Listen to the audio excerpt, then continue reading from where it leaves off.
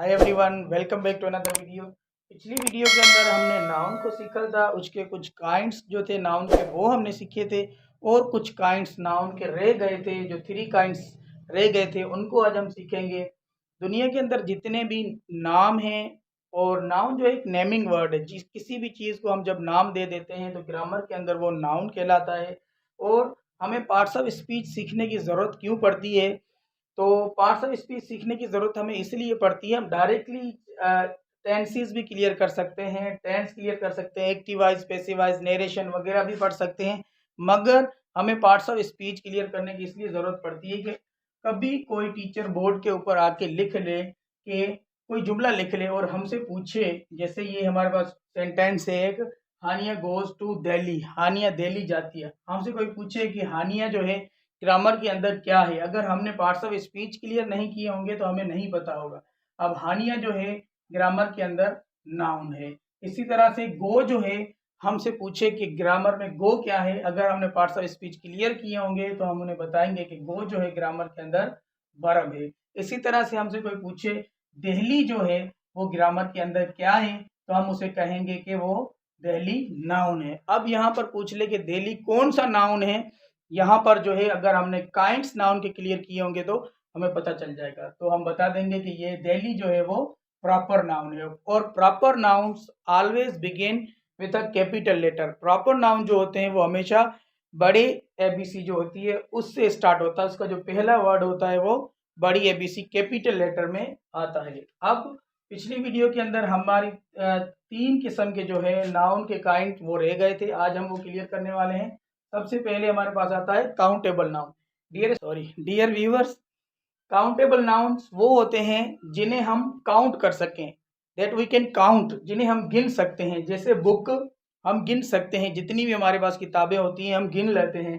तो ऐसे नाम जिन्हें हम गिन सकते हैं उन्हें ग्रामर के अंदर काउंटेबल नाउन कहा जाता है। जैसे हमारे पास बुक, किताबें, फ्रेंड, दोस्त, हम दोस्त भी गिन सकते हैं, टीचर गिन सकते हैं, डॉक्टर को भी गिन सकते हैं, काव को भी गिन सकते हैं, और ट्री जो पेड़ होते हैं हम उन्हें भी गिन सकते हैं, मैंगो, टीटीसी वगैरह वगैरह। ऐसे नाम ग्रामर के अंदर जिन्हें हम गिन सकते हैं, जिन्हें हम काउंट कर सकते हैं, इंग्लिश ग्रामर में हम उन्हें काउंटेबल नाउन कहते हैं।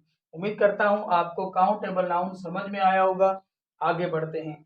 उसके बाद है हमारे पास uncountable noun. Dear viewers, uncountable noun वो noun that we can not count.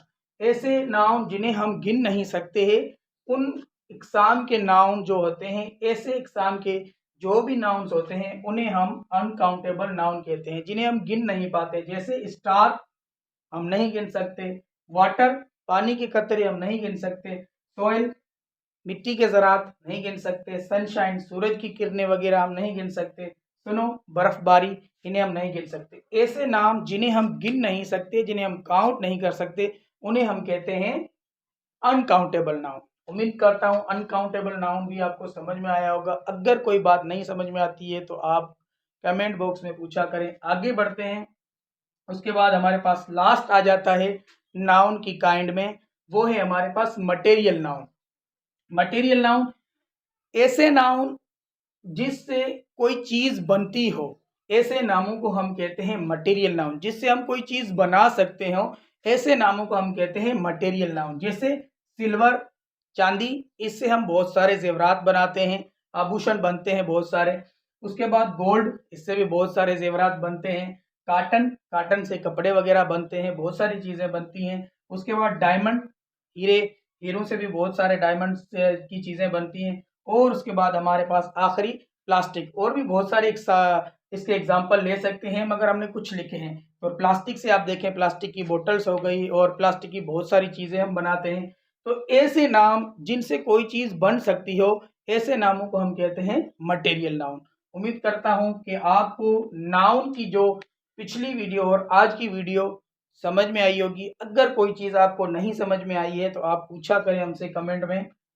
उसके बाद अगली वीडियो के अंदर हम सीखेंगे प्रोनाउन के बारे में। प्रोनाउन की हम डेफिनेशन क्लियर करेंगे, प्रोनाउन किससे कहते हैं। उसके बाद प्रोनाउन के जो काइंड्स हैं उन्हें हम क्लियर करेंगे। प्रोनाउन के जो काइंड्स हैं वो आप देखें, हमारे पास 7 काइंड्स ऑफ प्रोनाउन जो हैं वो हम क्लियर करेंगे अगली वीडियो में, नेक्स्ट वीडियो में।